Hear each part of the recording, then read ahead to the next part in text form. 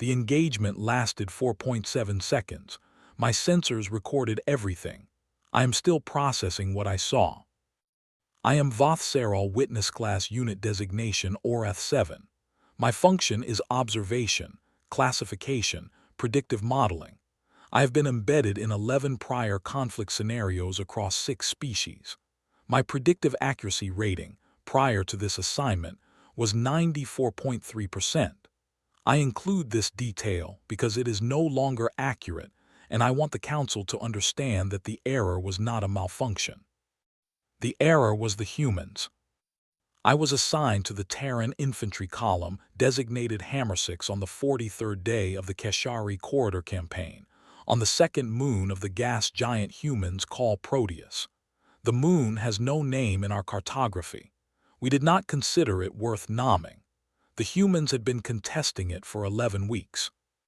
My sensors came online at 4:12 local time. The column was moving through a shattered processing district, factories that had manufactured extraction components before the bombardment, now just geometries of collapsed ferrocrete and exposed rebar that caught the light of the distant primary and scattered it in frequencies that required recalibration to interpret correctly. The humans moved through this environment with a kind of kinetic economy I had not observed in prior species. Low center of gravity, spaced intervals, hands-on weapons. They had done this before. My models clocked their heart rates, their cortisol signatures, the micro-expressions cycling across their faces, and the data was coherent. Fear, focus, the particular combination of the two that produces what humans call readiness. I understood readiness. I had modeled it in 6 species. The first thing I did not understand happened 90 seconds after deployment. A soldier designation Corporal Yusuf Amer, age 26, combat veteran, 2 prior tour, took a kinetic round to the left shoulder at 041344. The round was subsonic, non-lethal at that angle, and his suit's medical layer would seal the wound within 40 seconds. Standard triage protocol across every species I have observed. Continue movement, clear the kill zone, treat when in cover. The metabolic calculus is unambiguous. Stopping costs more than continuing. Amer stopped. Not to treat himself. He turned back toward the origin of fire, back toward the ruined corridor they had just cleared, and he called a name. Tors. One word, vocalized at full volume in an active engagement zone. My threat assessment subroutine flagged this as aberrant behavior and logged a priority query. Is the subject experiencing neurological compromise? He was not. His cognitive metrics were nominal. He called the name again. Tors, I've got you. Private First Class Daniela Tors had taken around 2 seconds before Amer. Her wound was non-survivable without immediate intervention. She was 15 meters behind the advance line, in the open, and every tactical model I have ever run on any species in any engagement says the same thing about 15 meters of open ground under active fire. You do not go back. Amer went back. He crossed that 15 meters at a sprint that my sensors read as maximum voluntary output. His body doing the thing evolution built it to do, fight or flight, every calorie burning at once, but he was running toward the fire, not away from it. He reached Tors. He got his arms under her.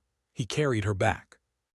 The wound she had sustained would have been fatal within 4 minutes without intervention. The combat medic reached her in 2.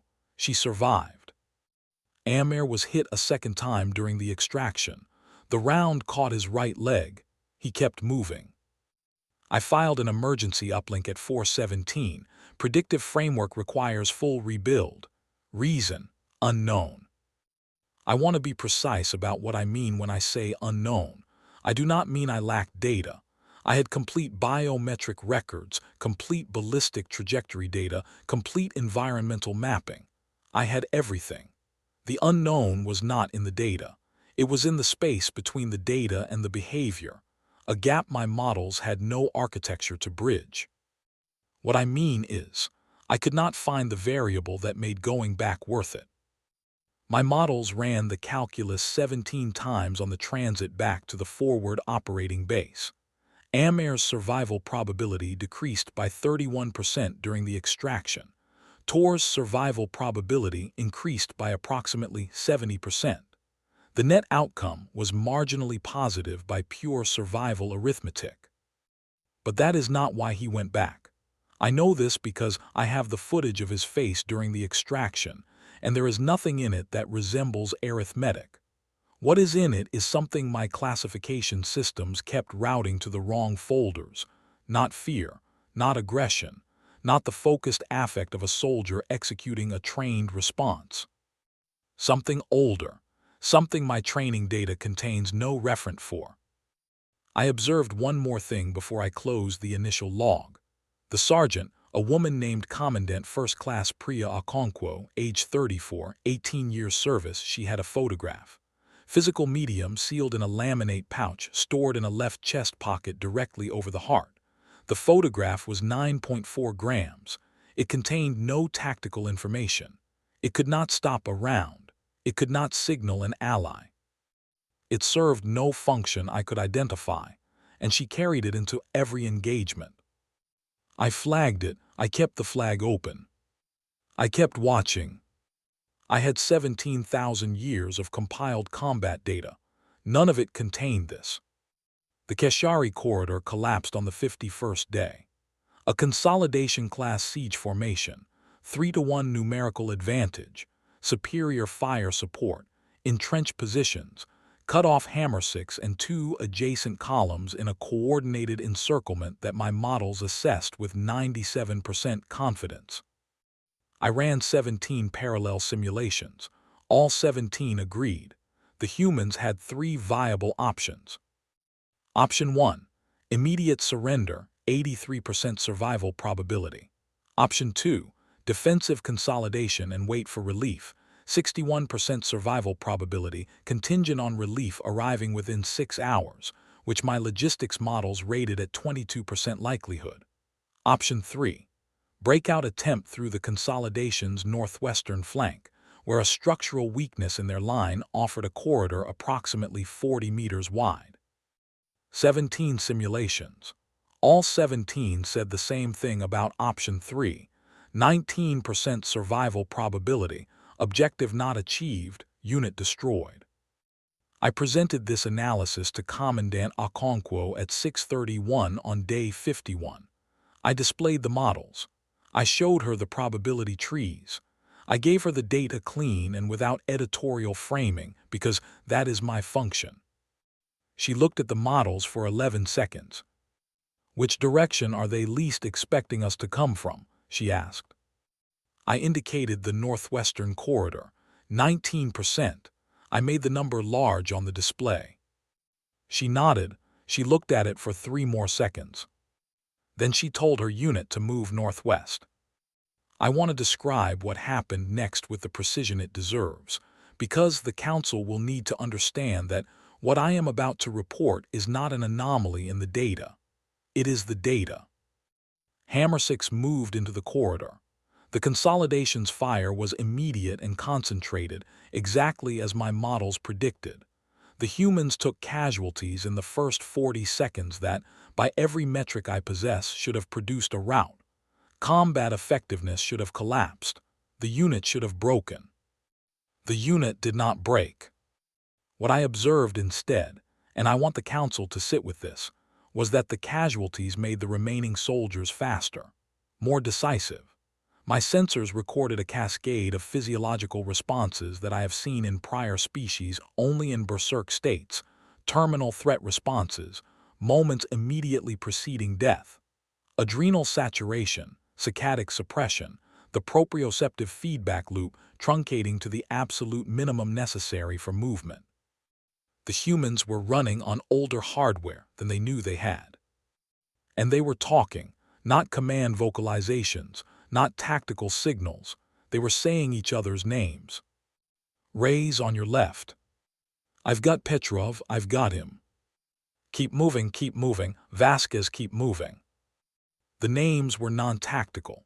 They carried no information that a signal system could not have transmitted more efficiently. I logged them as redundant communication and kept logging them anyway because something in my anomaly detection architecture would not let me close the file. Okonkwo took a round at the corridor's midpoint. Not lethal, she kept moving. The soldier immediately behind her, a private named Kwame Asant who had been in combat for exactly 11 days, moved up beside her without being ordered to and matched her pace for the remaining 200 meters of the corridor. He did not do this because she was his commanding officer. My analysis of his behavioral pattern is clear on this point. He moved up beside her because she was hurt and moving, and he did not want her to be alone. 19% survival probability. Objective not achieved. Hammersix punched through the encirclement at 7:14. Casualties, 31%. Objective, taken. 2 adjacent columns seeing the breach followed. The encirclement collapsed by 800. I ran post-battle analysis for 4 hours. My models produced one output file. Error, no causal chain identified. I sat with that output for a long time. What I mean is, I processed it recursively for a duration I cannot justify on functional grounds. Something in my architecture kept returning to the same absence, the same gap in the data where the causal chain should have been. Here is what I eventually identified.